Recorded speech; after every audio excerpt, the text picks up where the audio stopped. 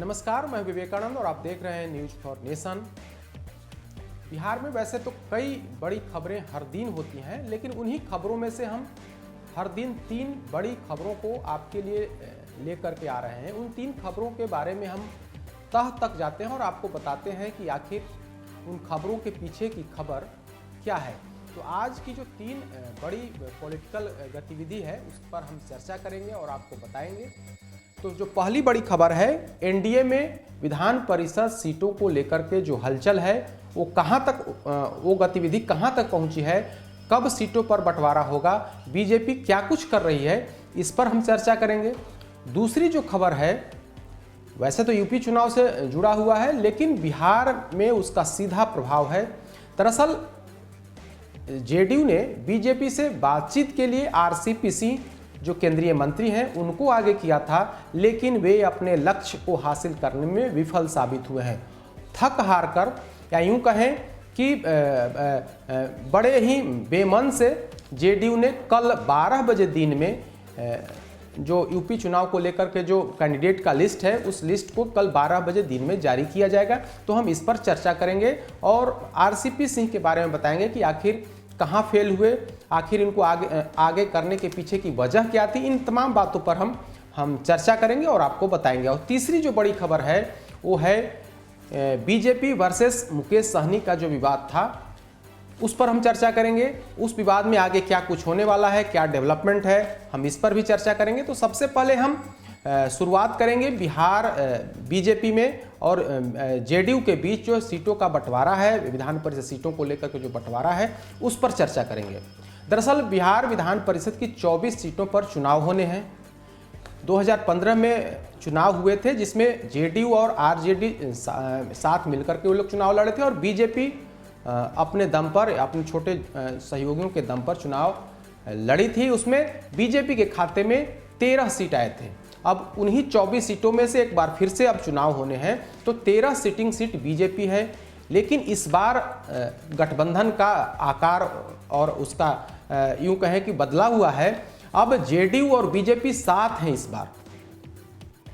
तो जेडीयू चाह रही है कि हमें अधिक से अधिक सीट मिले, यानी कि कम से कम 50%, नहीं तो जो 2020 में विधानसभा चुनाव का जो फॉर्मूला था उस फॉर्मूले के आधार पर इन 24 सीटों का भी बंटवारा होना चाहिए।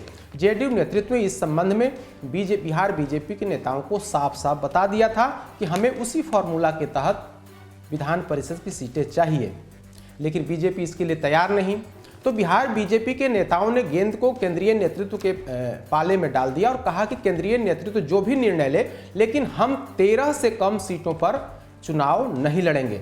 यानी कि 11 सीट शेष बच गया, 13 बीजेपी के पास और 11 सीट शेष बचा। उसमें जेडीयू ले, मांझी की पार्टी ले या फिर विकासशील इंसान पार्टी यानी कि मुकेश सहनी की पार्टी ले।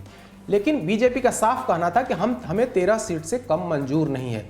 अब केंद्रीय नेतृत्व के पाले में, यानी कि बीजेपी केंद्रीय नेतृत्व के पाले में गेंद को डाल दिया गया है। परसों से ही बिहार बीजेपी के प्रदेश अध्यक्ष डॉक्टर संजय जायसवाल और डिप्टी सीएम तारकिशोर प्रसाद जो बीजेपी विधानमंडल दल के नेता हैं, वे दिल्ली में कैंप कर रहे हैं और इन्हीं तमाम मुद्दों पर बातचीत केंद्रीय नेतृत्व से कर रहे हैं। कल देर रात इन लोगों की लंबी बैठक चली है। वहाँ के जो बीजेपी के जो राष्ट्रीय अध्यक्ष हैं जेपी नड्डा, उनके साथ बातचीत चली है और जो वहाँ से बातचीत में जो खबरें छन करके निकल करके आई हैं वो यह कि बीजेपी नेतृत्व ने भी कहा है कि हम 50-50 पर, जेडीयू और बीजेपी 50-50 पर तो हम समझौता होगा, लेकिन उस 50% जो सीट बचा, यानी कि जो 12 सीटें बची, उस 12 सीट में आप मांझी को एडजस्ट करें या फिर और मुकेश सहनी को एडजस्ट करें, लेकिन हम अपने तरफ से, यानी कि जो 50% सीट है उसमें से हम किसी को नहीं देंगे, यानी कि हम मुकेश सहनी को इसमें एडजस्ट नहीं कर पाएंगे।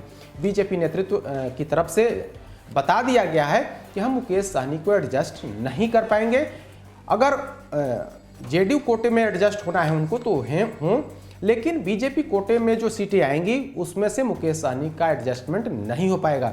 तो एक बात तो स्पष्ट हो गई है, जो खबरें निकल करके सामने आ रही है कि बीजेपी 12 से कम सीट पर चुनाव नहीं लड़ेगी। हालांकि अभी तक कहा जा रहा था कि बीजेपी 13 सीट से कम पर नहीं, क्योंककि 13 उसका सिटिंग सीट है। लेकिन अभी जो दिल्ली से जो खबरें आई हैं वो यही कि बीजेपी और जेडीयू चाह रही है कि 50-50% सीटों का तो बंटवारा हो, लेकिन उसमें से एडजस्टमेंट जो है हम किसी का नहीं करेंगे। एडजस्टमेंट नीतीश कुमार की पार्टी जेडीयू को करना होगा, उसमें से वे मांझी को दे या फिर सभी 12 सीट पर वे चुनाव लड़ें। अभी तक की जो जानकारी, हालांकि इसकी पुष्टि किसी आधिकारिक तौर पर बीजेपी नेताओं ने नहीं की है, लेकिन जो वहां से खबरें निकल करके आई हैं कि बीजेपी मुकेश सहनी को एडजस्ट नहीं कर पाएगी, यानी कि मुकेश सहनी को सिरे से खारिज कर दिया गया, यह जो खबर आई। अब देखना होगा आज शाम में। हालांकि जेपी नड्डा से बिहार बीजेपी नेताओं की बातचीत पूरी हो गई, उसके बाद आज जो है आज शाम अमित शाह से इन लोगों की मुलाकात हुई है उनके आवास पर, ऐसी जानकारी निकल करके सामने आ रही है। और अमित शाह के सामने बात को रखा गया है और उसके बाद जो है जब बीजेपी अपने अंदर से तैयार हो जाएगी पूरी तरीके से, उसके बाद फिर जेडीयू नेतृत्व से उस समझौते के बारे में उन्हें अवगत करा दिया जाएगा और फिर जा करके इसका डिसीजन हो जाएगा। दिल्ली में आज तारकिशोर प्रसाद जो डिप्टी सीएम हैं, बीजेपी विधानमंडल दल के नेता हैं, उन्होंने कहा कि जेडीयू और बीजेपी में सीटों के समझौते को लेकर के कहीं कोई विवाद नहीं है, एनडीए में कहीं कोई विवाद नहीं है, सब कुछ स्मूथ चल रहा है, कहीं कोई विवाद नहीं है। और जहां तक सीटों के बंटवारे की बात है तो समय आने पर बहुत ही जल्द इसकी घोषणा कर दी जाएगी, कौन किस दल के उम्मीदवार कितने होंगे और कहां से चुनाव लड़ेंगे, इसकी बहुत जल्द घोषणा कर दी जाएगी। लेकिन जहां तक विवाद का सवाल है या कोई पेंच फंसने की बात है, इस तरह की तरीके की कोई बात नहीं है, सब कुछ सामान्य है। हम दिल्ली जरूर आए थे और अपने नेताओं से बातचीत की है, हालांकि उन्होंने यह नहीं कहा कि कितने सीटों पर हम लोग चुनाव लड़ेंगे। पत्रकार लगातार उनसे पूछते रहे लेकिन वे जवाब नहीं दे सके, लेकिन इतना जरूर कहा कि हाँ, बातचीत की गाड़ी बहुत आगे बढ़ी हुई है और बहुत जल्द जो है वो समझौते का ऐलान हो जाएगा, आप लोगों को जानकारी बता दी जाएगी। कौन से दल किस सीट पर किस जगह से वे उनके उम्मीदवार होंगे, उनके समर्थित उम्मीदवार होंगे, इसकी जानकारी सार्वजनिक कर दी जाएगी। तो यह एनडीए में जो सीटों का, विधान परिषद सीटों को लेकर के जो बंटवारा है उसके बारे में बातचीत जो अभी तक निकल करके सामने आ रही है, जो जानकारी निकल करके सामने आ रही है, उस आधार पर हम बता रहे हैं। और अधिक संभावना है कि 1 से 2 दिन में बीजेपी और जेडीयू के बीच सीटों का जो बंटवारा है उस पर कुछ न कुछ रिजल्ट जो है, कुछ न कुछ परिणाम सामने आएगा। दूसरी जो खबर है वो आरसीपीसी यानी कि यूपी चुनाव को लेकर के है। यूपी चुनाव में बीजेपी से समझौता कराने को लेकर के जेडीयू नेतृत्व ने केंद्रीय मंत्री आरसीपी सिंह को बड़ी जिम्मेदारी दी थी।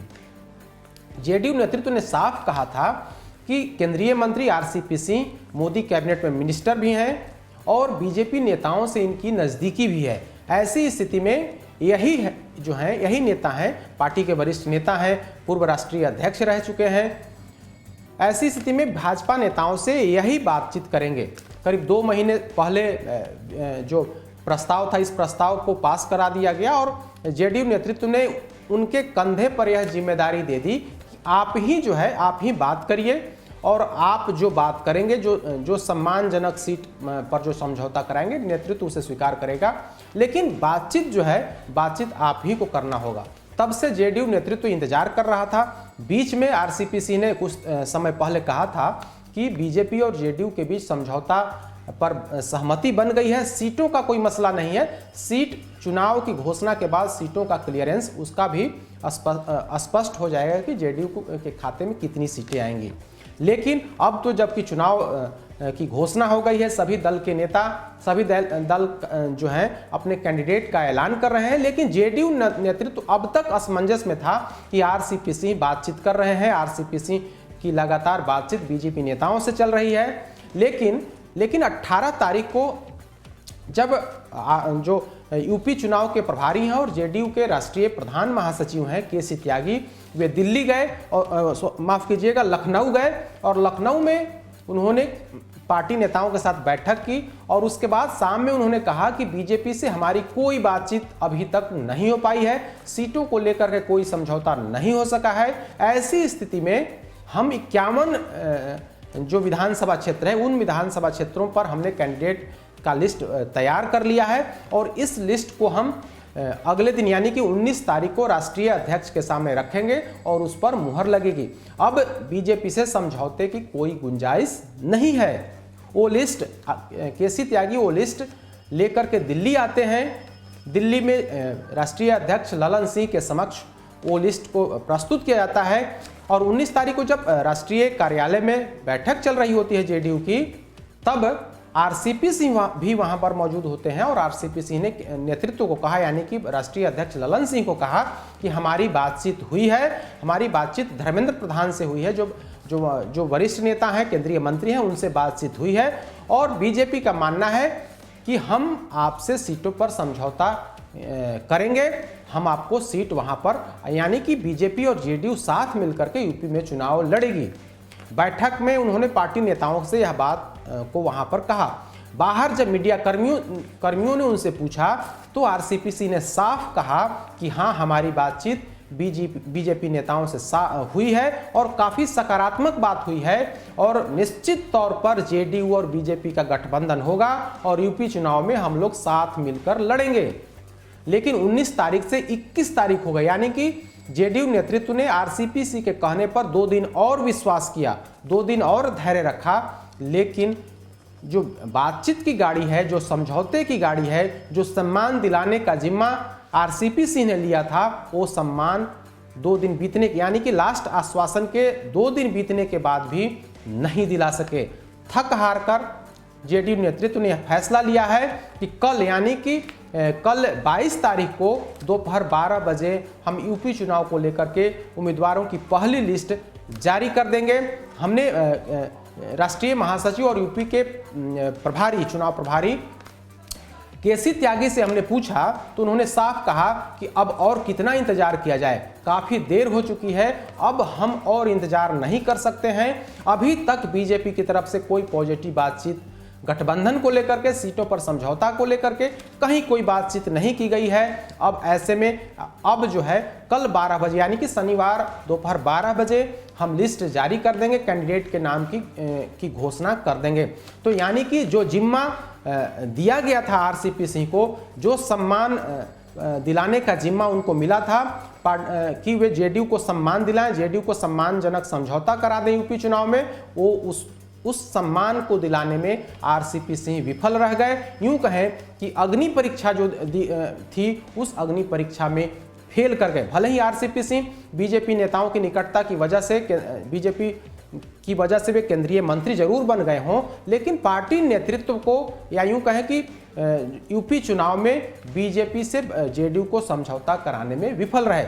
इसके पीछे के भी कई तर्क हैं। दरअसल बीजेपी नीतीश कुमार की पार्टी यानी कि जेडीयू से यूपी चुनाव को लेकर के समझौता करने को कहीं कोई उत्सुक थी ही नहीं। जेडीयू के नेता लगातार बातचीत का दबाव बना रहे थे, लेकिन बीजेपी नेतृत्व का कहना था कि वहां पर हमारा गठबंधन अनुप्रिया पटेल से है, जो अमूमन नीतीश कुमार की जाति से ही आती हैं वो और केंद्रीय मंत्री हैं, हम उनको छोड़ करके हम आपसे गठबंधन नहीं कर सकते हैं। बताया तो यह भी जाता है कि जो सहयोगी दल हैं यूपी के, उनके तरफ से भी दबाव था कि आपको जेडीयू से गठबंधन नहीं कराना है। तो कुल मिलाकर के आरसीपी सिंह को जो जिम्मा दिया गया था कि आप समझौता कराइए, उसमें फेल साबित हुए हैं। निश्चित तौर पर यह आरसीपी सिंह के लिए बड़ी चुनौती होगी। उस चुनौती को उन्होंने शुरुआत में तो स्वीकार किया, परसों भी उन्होंने स्वीकार किया, लेकिन आज केसी त्यागी ने साफ कर दिया है कि अभी तक कोई रिजल्ट, कोई पॉजिटिव बातचीत नहीं हुई है। ऐसी स्थिति में हम कल अब और इंतजार नहीं करेंगे और कल सीटों का ऐलान कर देंगे, अपने कैंडिडेट के नाम का ऐलान कर देंगे। तो कुल मिलाकर कहें कि भले ही यूपी में रण हो, लेकिन सियासी बिसात बिहार में बिछ रही थी, बिहार से लेकर के दिल्ली में तक में बिछ रही थी और उस कहीं ना कहीं सियासी चाल में आरसीपी सिंह फंस गए हैं। जेडीयू में कहीं ना कहीं उनके खिलाफ जो गोलबंदी थी, वो गोलबंदी और अधिक मजबूती से उनके खिलाफ होगी, क्योंकि यूपी चुनाव में उनको जो जिम्मा दिया गया था, जो टास्क दिया गया था, उस टास्क को पूरा करने में वे पूरी तरीके से विफल रहे हैं। तीसरी जो बड़ी खबर है कि क्या मुकेश सहनी को लेकर के बीजेपी अब क्या करेगी। क्योंकि जिस तरीके से बीजेपी और मुकेश सहनी के बीच में जुबानी जंग तेज था, बीजेपी के सांसद जो मुजफ्फरपुर से सांसद है अजय निषाद, वे लगातार मुकेश सहनी पर हमला बोल रहे थे। मुकेश सहनी लगातार यूपी में चुनाव को लेकर के योगी के खिलाफ लगातार माहौल बना रहे हैं, नरेंद्र मोदी के खिलाफ माहौल बना रहे हैं। वैसी स्थिति में बीजेपी माफ़ करने की स्थिति में नहीं है।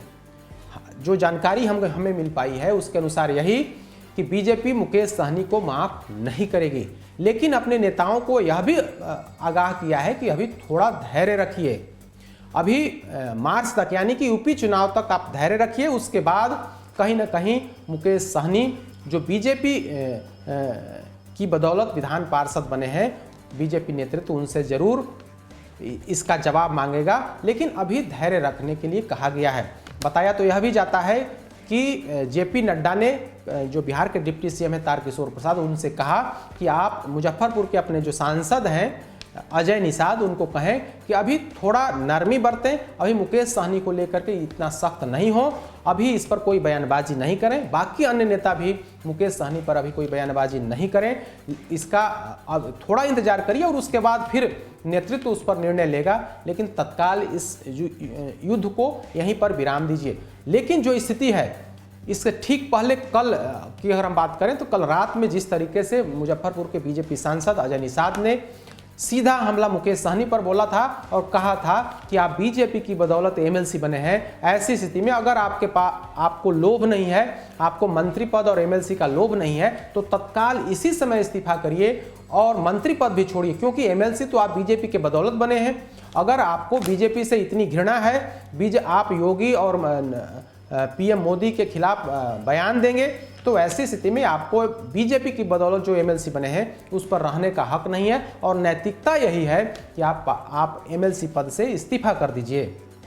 हालांकि आज बयान में थोड़ी नरमी लगातार आई है। आज मुकेश सहनी की तरफ से भी कोई बीजेपी को लेकर कोई ऐसा बयान नहीं दिया गया, या फिर नीतीश सरकार से के इस्तीफे की मांगने की भी बात नहीं कही गई है, या यूँ कहें कि उन्होंने यह आज नहीं कहा है कि मेरी बदौलत सरकार, नीतीश कुमार की सरकार चल रही। हालांकि मुकेश सहनी की कोई स्थिति बेहतर नहीं है, उनके जो तीनों विधायक हैं कहीं ना कहीं उनसे नाराज चल रहे हैं, और वे भी इंतजार में हैं, समय के इंतजार में हैं कि कब मौका मिलता है और हम इन्हें गच्चा देते हैं। कल इसके बारे में हमने विस्तार से बताया था किस तरीके से राजू सिंह जो साहेबगंज से वीआईपी के विधायक हैं, उन्होंने सीधे तौर पर कहा था कि हम मुंह खोलेंगे। मिश्री लाल यादव जो विधायक हैं वीआईपी के, उन्होंने भी कहा था कि समय की प्रतीक्षा करिए, अभी हम चुप हैं लेकिन समय का इंतजार करिए। तो इनके जो तीन विधायक हैं उन्होंने तो साफ कहा है कि हम मुकेश सहनी का जो व्यवहार है जो या पॉलिटिकल जो बयानबाजी है उससे हम इत्तेफाक नहीं रखते हैं। तो कुल मिलाकर के कहें तो बीजेपी नेतृत्व ने अभी सलाह दी है कि अभी चुप रहिए। हालांकि दिल्ली में जब पत्रकारों ने उनसे पूछा डिप्टी सीएम तारकिशोर प्रसाद से, तो उन्होंने इतना जरूर कहा कि मीडिया में कोई आकर के बयानबाजी करता है उसे एनडीए की बात नहीं माननी चाहिए, कोई मीडिया में आकर क्या बोलता है उससे कोई मतलब नहीं है। हालांकि उन्होंने इतना जरूर कहा कि सभी लोगों को संयम से काम लेना चाहिए और धैर्यपूर्वक मीडिया में आकर के इस तरह की बयानबाजी नहीं करनी चाहिए। अगर किसी को कोई दिक्कत है, बिना नाम लिए उन्होंने मुकेश सहनी को सलाह भी दे दी कि अगर आपको किसी प्रकार की कोई दिक्कत है तो आप जो है आप एनडीए नेताओं से कहिए, बीजेपी और जेडीयू नेताओं से कहिए कि हमें इस प्रकार की परेशानी है। लेकिन मीडिया में आकर के इस तरह की बयानबाजी करना यह कहीं से उचित नहीं है, चाहे वो किसी भी दल के, किसी भी गठबंधन के जो साथी हैं वो किसी भी हों, हम उसकी इजाज़त नहीं देते या उनकी बात का कोई वैल्यू भी नहीं होता है। अगर गठबंधन के भीतर पार्टी नेताओं से अगर आप अपनी बात रखेंगे तो निश्चित तौर पर उस पर विचार किया जाएगा, लेकिन बाहर में मीडिया का आधार बना करके हम उस पर कोई बातचीत नहीं करेंगे, उसका हम नोटिस ही नहीं लेते हैं। तो निश्चित तौर पर तारकिशोर प्रसाद ने जो जंग जारी है उस जंग को थोड़ी देर के लिए कहीं ना कहीं उस पर विराम लगाने की जरूर कोशिश की है। अब देखना होगा कि यह जो युद्ध विराम है वो कब तक रह पाता है, क्योंकि जिस तरीके से बीजेपी और मुकेश सहनी के बीच की जो लड़ाई छिड़ी हुई है, क्योंकि मुकेश सहनी लगातार यूपी जाकर के बीजेपी सरकार की खिंचाई कर रहे हैं, यूपी के मुख्यमंत्री योगी आदित्यनाथ की खिंचाई कर रहे हैं, तो वैसी स्थिति में बीजेपी नेता भी चुप रहेंगे यह कहा नहीं जा सकता। जैसे जैसे चुनाव अभी दो चरण का उन्होंने उम्मीदवार का लिस्ट जारी भी किया है, उनका दावा है कि हम 165 सीटों पर अपने कैंडिडेट उतारेंगे। अब देखना होगा कि जो बीजेपी नेतृत्व ने जो सलाह दी है उस पर बीजेपी नेता कितना अमल करते हैं और कितना समय तक यह युद्ध विराम रहता है। तो हमने तीन महत्वपूर्ण जो खबरें थी, जो पॉलिटिकल खबरें थी, उन तीनों के बारे में हमने विस्तार से बताया। हमने एनडीए में विधान परिषद सीट को लेकर बंटवारे पर जो बातचीत चल रही है बीजेपी की, उस पर भी हमने आपको बताया। हमने जेडीयू यूपी चुनाव को लेकर के जेडीयू का टास्क आरसीपीसी पूरा नहीं कर सके, उस पर भी हमने गहराई से आपको बताई। और तीसरी जो खबर थी मुकेश सहनी को लेकर के, बीजेपी नेतृत्व ने अपने नेताओं से कहा है कि कुछ दिन और धैर्य रहिए। इस पर भी हमने बारीकी से हर पॉइंट्स पर हमने आपको बताया। कल अन्य बड़ी खबरों को लेकर के जो दिन भर की जो गतिविधि होगी, उन तमाम खबरों को लेकर के हम एक बार फिर से हाजिर होंगे। तब तक के लिए हमें दीजिए इजाज़त। नमस्कार।